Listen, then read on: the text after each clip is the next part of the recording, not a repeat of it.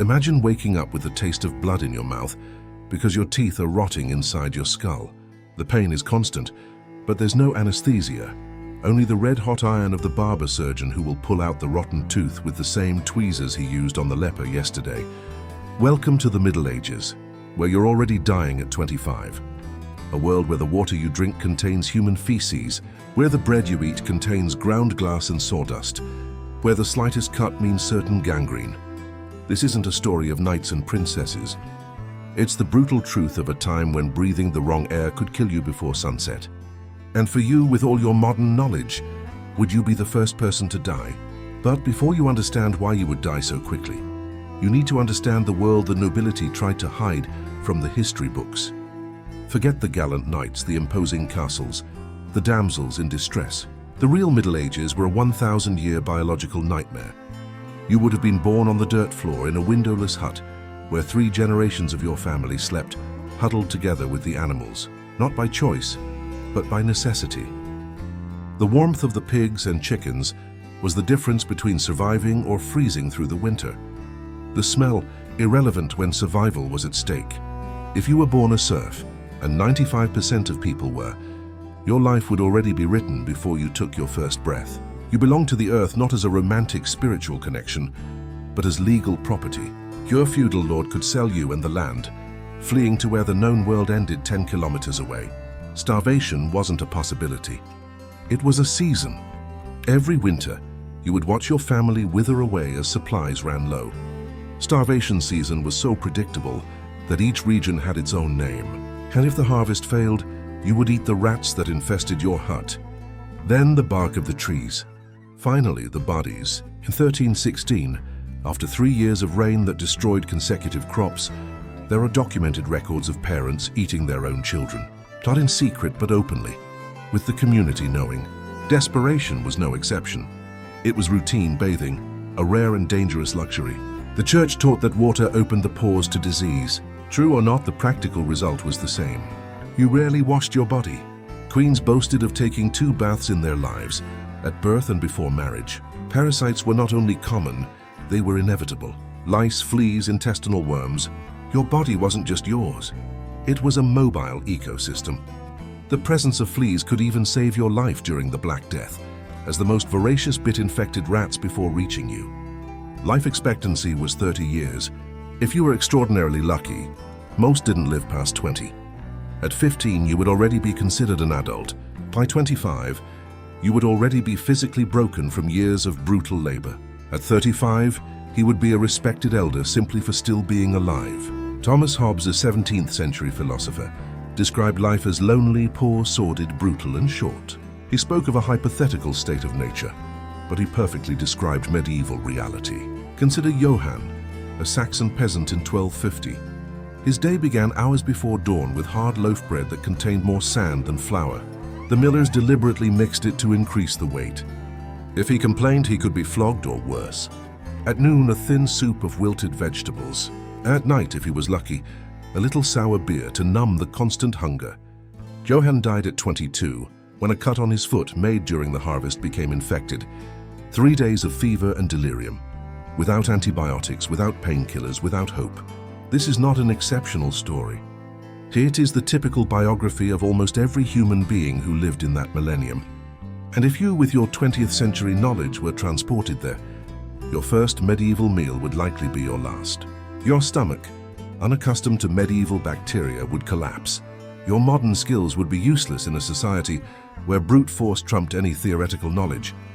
And then, after a week of eating sawdust-laced bread, drinking fecal-laced water, and sleeping covered in parasites, you would understand why medieval life wasn't just difficult. It was a daily miracle to survive until the next dawn. This daily miracle of survival began the moment you opened your eyes. Your day didn't begin with coffee and news, but with the smell of your own decay, the mattress you slept on, a rarely changed straw sack infested with fleas and bedbugs that fed on your blood at night, the straw on the floor of your house, a fetid mixture of dried animal excrement, food scraps, and mud. Imagine waking up before the sun in a windowless room, not by design, but because glass was an unimaginable luxury. In winter, you would cover the openings with cloth soaked in animal fat to retain some heat. The rancid fat attracted rats, which would gnaw through the fabric at night, letting in the biting wind. Your house didn't have a chimney until the 11th century. The fire for cooking and heating was in the center of the room, the smoke supposedly escaping through a hole in the ceiling, but the wind often pushed the smoke back, filling the room. Your lungs would be permanently damaged by this constant smoke. My eyes were always red and watery. The interior walls of the house were black with soot accumulated over generations. The first task of the morning was to draw water, not from a tap, but from a communal well contaminated with everything that ran off from the village, including human waste. This same water would be used for everything: drinking, cooking, cleaning, and you would drink it without question, because the alternative was dehydration and death. Breakfast was a piece of bread so hard it had to be dipped in thin beer to soften it. The flour for this bread contained fragments of the millstone teeth, sawdust to increase bulk, and often slop contaminated with ergot, a fungus that causes hallucinations and gangrene. The convulsions caused by ergot were interpreted as demonic possession. Then came the work. If you were a man, this meant 12 to 16 hours in the fields. The plow, a piece of wood reinforced with metal, ripped your hands until they bled. No gloves, no proper boots. Your feet would be wrapped in rags, soaked in the cold mud, developing fungus that would never truly heal. If you were a woman, in addition to helping in the fields, you would tend the house, the children, weave, bake bread, milk, and brew beer. Your fingers would be permanently deformed from the repetitive work. Your breasts, if you were breastfeeding, would often be infected and painful. Her spine curved before she was 30. Agnes, an English peasant woman from 1320, was only 23 but looked 60. Her face was wrinkled from the constant sun and wind, her teeth nearly all lost due to nutritional deficiency. Her 5 births had left internal scars that caused constant pain. The last baby was stillborn after 30 hours of unassisted labor. The baby simply rotted inside her before it came out. At night, you would return to the same fetid hut, with no light other than the fire and perhaps a candle made of tallow. Animal fat that produced black smoke and a nauseating smell. No books, no music other than the occasional song. No entertainment other than stories repeated ad nauseum. You would share your bed not only with family, but with the lice that permanently inhabited your hair and clothes. As for clothes, you would have with luck 2 sets made of rough wool that constantly irritated your skin, never washed, only occasionally left out in the rain for cleaning. The stench would be so constant that your brain would simply stop registering it. The same with the endless itching, the never-healing bruises, the joint pain, and most disturbingly, you would consider all of this normal. This wasn't a temporary hardship, it was simply life. A life where physical comfort was no longer a concept, where each day was a battle against your own slowly decaying body. And all this before we even get to the diseases that lurked around every corner, ready to transform this constant suffering into terminal agony. And this slow decomposition of your body would be just the prelude. In a world where your immune system was already destroyed by chronic malnutrition, where every scratch was an open door to infection, diseases weren't occasional occurrences, they were constant companions. The question wasn't whether you would get sick, but which disease would kill you first. Imagine waking up with a toothache. Today it would mean a visit to the dentist. In the Middle Ages, it was legitimate torture. The dentist was the local blacksmith or barber, with no x-rays to identify the problem, no anesthesia to ease the pain. He would simply grab the tooth with rusty pliers and pull with all his might. If the tooth broke, which often happened, it would leave the roots to rot in your gums, causing abscesses that could eventually kill you through septicemia. The prevailing medical theory was the doctrine of the 4 humors. Your body contained blood, phlegm, yellow bile, and black bile. Any disease was simply an imbalance of these fluids. The solution was to remove the excess. This led to the most common practice in medieval medicine: bloodletting. You had a fever, they bled you. Coughing, more bleeding. Joint pain, rashes, diarrhea. Bleeding in a body already weakened by chronic malnutrition. This additional blood loss often hastened the death it was supposed to prevent. Other cures included violent purges with toxic herbs that caused uncontrollable vomiting and diarrhea, also in an already dehydrated body, or trepanation. Literally drilling into your skull with a hand drill to release evil spirits. Without anesthesia or antiseptics, just you conscious. while a hole was drilled in your head. If you survived the treatment, you would still face the diseases themselves. Tuberculosis, called consumption, killed slowly, turning your lungs into liquid, while you literally drowned inside. Dysentery, known as bloody flux, emptied your body through endless bouts of bloody diarrhea. Ergotism, caused by the fungus in rye, caused your limbs to rot while still attached to your body, the tissue darkening, mummifying, and eventually falling off. Small cuts led to gangrene within days. Without antibiotics, the only solution was amputation. Imagine you are fully conscious while 4 men hold you down. The surgeon, still with dried blood from the last patient on his sleeves, uses a saw to cut your arm. The pain is so unbearable that you pass out, which doctors consider a blessing. 1 in 4 survived the procedure. The others died of shock or subsequent infection. For women, childbirth was a game of Russian roulette with death. Margaret, a French peasant woman in 1268, gave birth 7 times. Only 2 children survived infancy. Her last birth resulted in a baby being placed in the birth canal.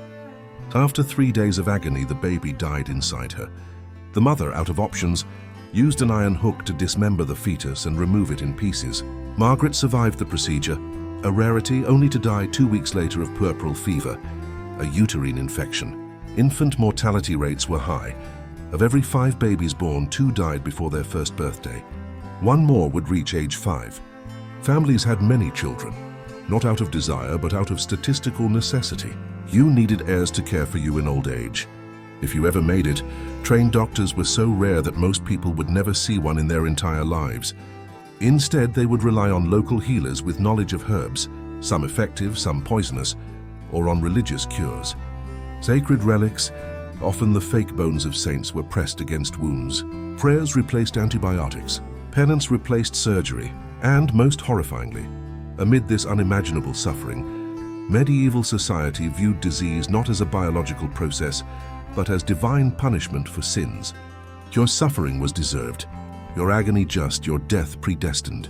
And against this medical and spiritual system, you would be completely defenseless when the inevitable illness finally came for you. If disease didn't kill you, human violence surely would. In a society where death was omnipresent, life had little value and brutality was no exception. It was entertainment. The same society that saw illness as divine punishment transformed human punishment into a public spectacle. The medieval justice system didn't seek rehabilitation or even true justice. It sought confession no matter what. Accused of a crime, your innocence or guilt would be determined not by evidence but by torture. Literally torture sanctified by the church. In the water torture, you would be tied up and thrown into a river. If you sank, you were innocent, but you would likely drown. If you floated, you were guilty and would be executed. Your death was guaranteed either way. In the red-hot iron torture, you would carry a red-hot metal bar. Your hand would then be bandaged. 3 days later, if the wound was clean, God had proven your innocence. If it was infected, the inevitable result in a world without antiseptics, you were guilty. The infection itself often killed before execution.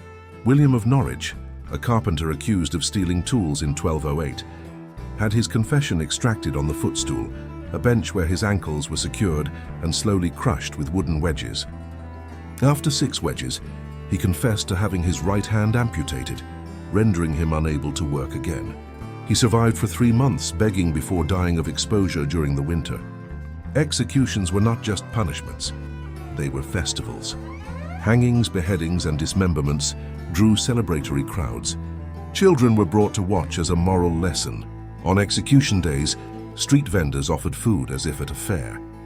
The executioner was a local celebrity, often signing autographs with the same hand that had just strangled a condemned man.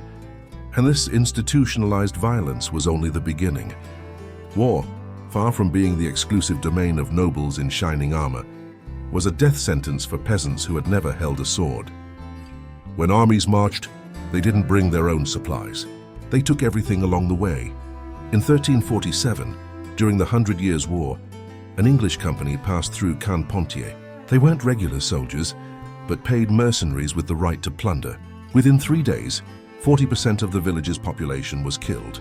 Women were raped to death. Children were impaled on spears for sport. Elderly people were burned alive in their homes. The survivors starved to death the following winter, As everything, animals, grain, tools had been stolen or destroyed. Do you think you could escape by hiding in the forest? The forests were the domain of outlaws and bandits. Traveling alone on a medieval road was practically suicide. Merchants traveled only in large armed caravans, and even then they often lost everything. Within the communities themselves, violence was everyday language. Wives were legally the property of their husbands, who could discipline them as they saw fit. Children were routinely beaten, not as exceptional abuse but as a recommended pedagogical method. Spare the rod and spoil the child. It wasn't a metaphor. Even the supposedly civilized nobles settled disputes through bloody duels. Nobility didn't mean refinement, only the privilege of killing more freely. The Duke of Bourbon in 1375 murdered a servant for spilling wine on his clothes. His punishment, a fine equivalent to the price of a horse. This was the true Middle Ages, a world where violence wasn't a crime but a system, where justice didn't protect the innocent but punished the weak, where your life could be snuffed out at any moment by a feudal lord, a wandering soldier, or a judge with a lust for blood. And most disturbingly, you would accept all of this as perfectly normal. But if physical violence was the hammer that crushed your body, psychological terror was the knife that slashed your mind.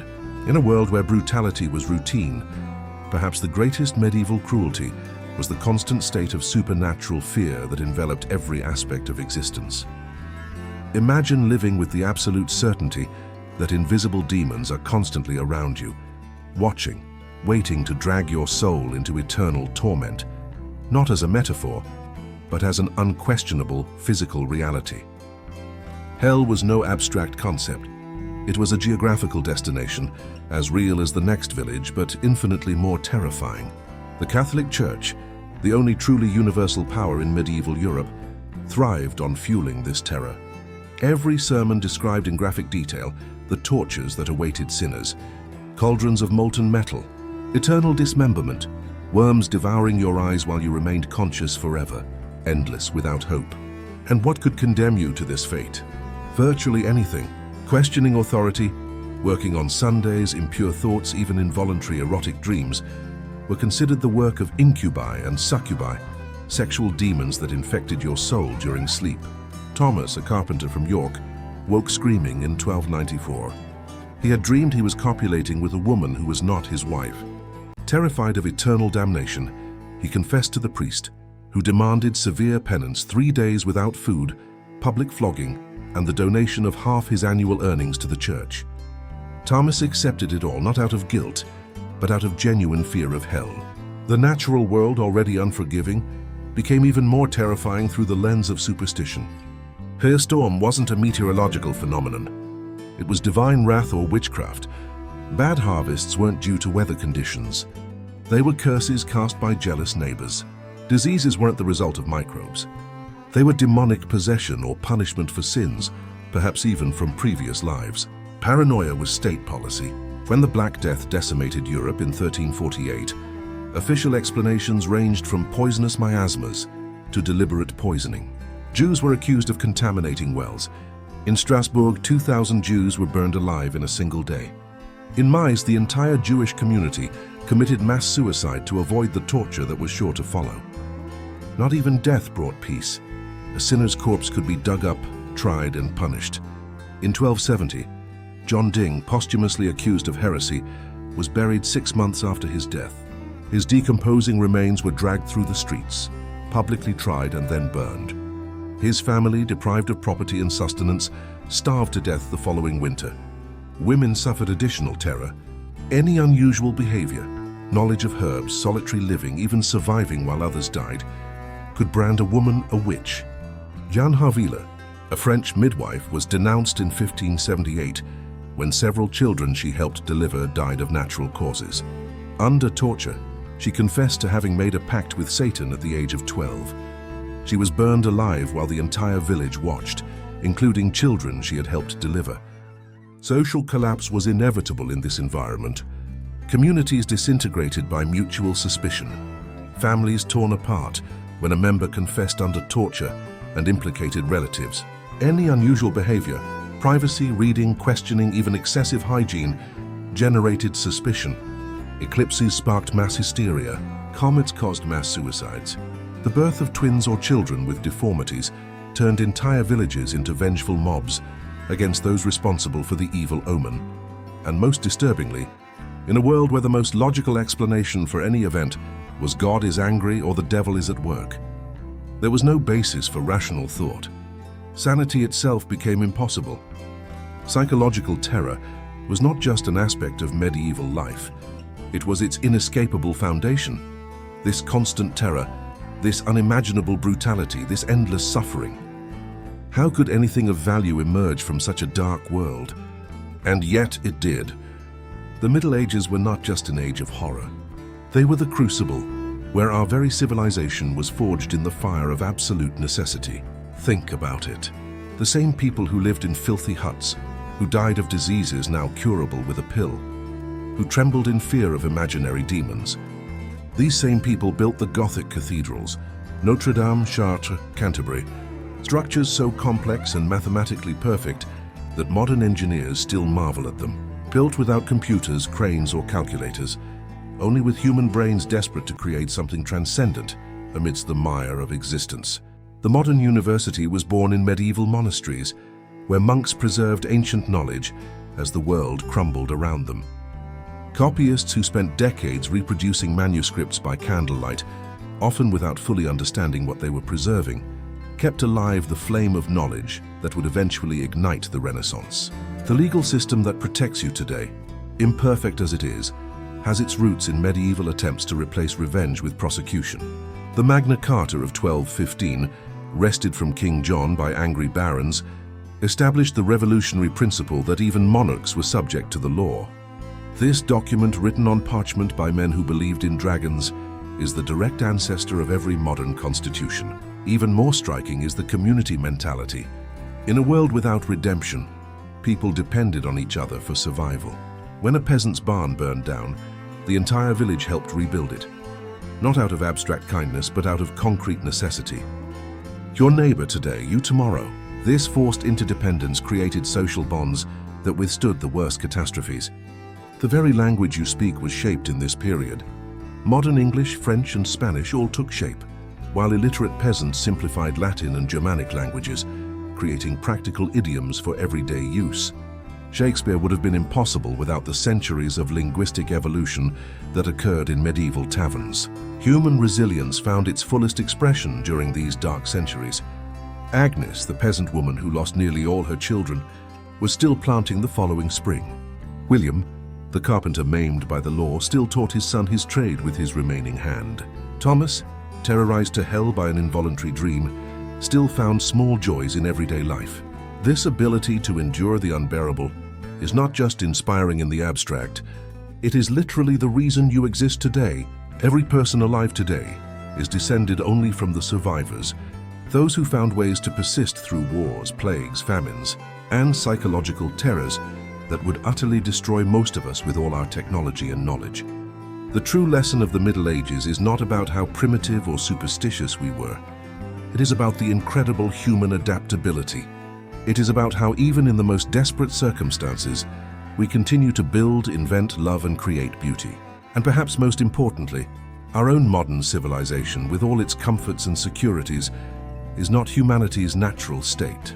It is a fragile, recent, and reversible achievement.